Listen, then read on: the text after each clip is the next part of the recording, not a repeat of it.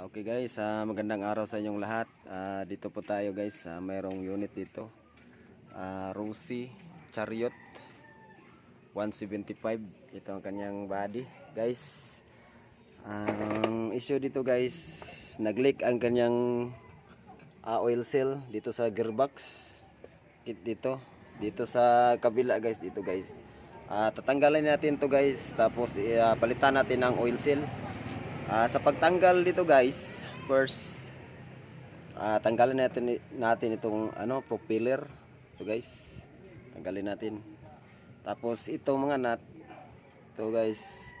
Tapos may nut dito sa ilalim at saka itong bolt, tatlong bolt.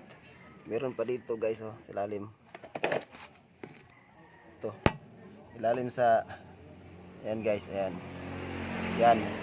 Tapos dito tatlong nut to guys. Ito. Tatlo.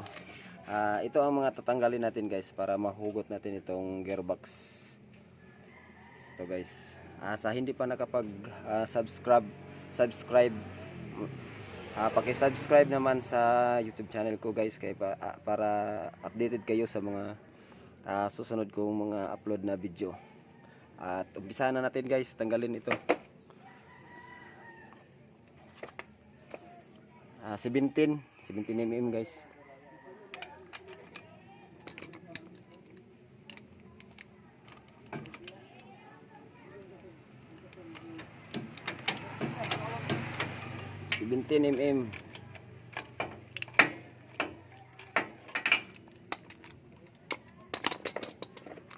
Mahirap pag walang tagahawak ng camera guys.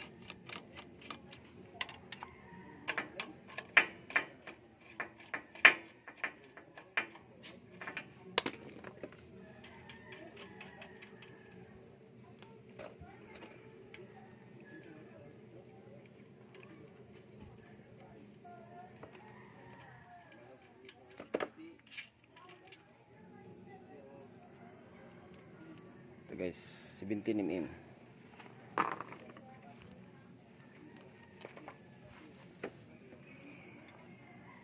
At dito 8 mm. Tanggalin natin itong kambyo. Dito sa ilalim may dalawang bolt 8 mm. Dito sa kabila naman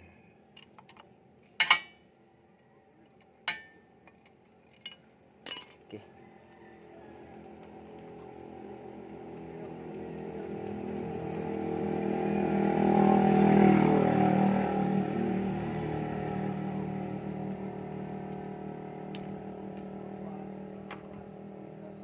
At pwede na natin itong mahugot guys, para pwede natin hugutin natin ito para makuha to.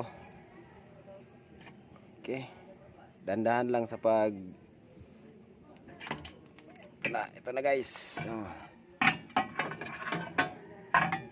Ito na guys ang nag-leak guys. Tumatagas na ang oil sa gearbox.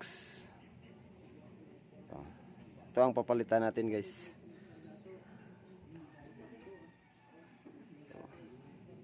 Kasi tumutulo na. Okay.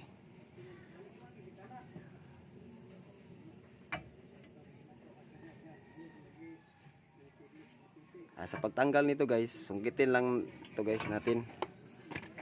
Sa pagtanggal nitong oil seal, bali sungkitin lang ito. Ganito guys, sungkitin. At hanggang dito na lang guys ang video, at salamat sa panonood.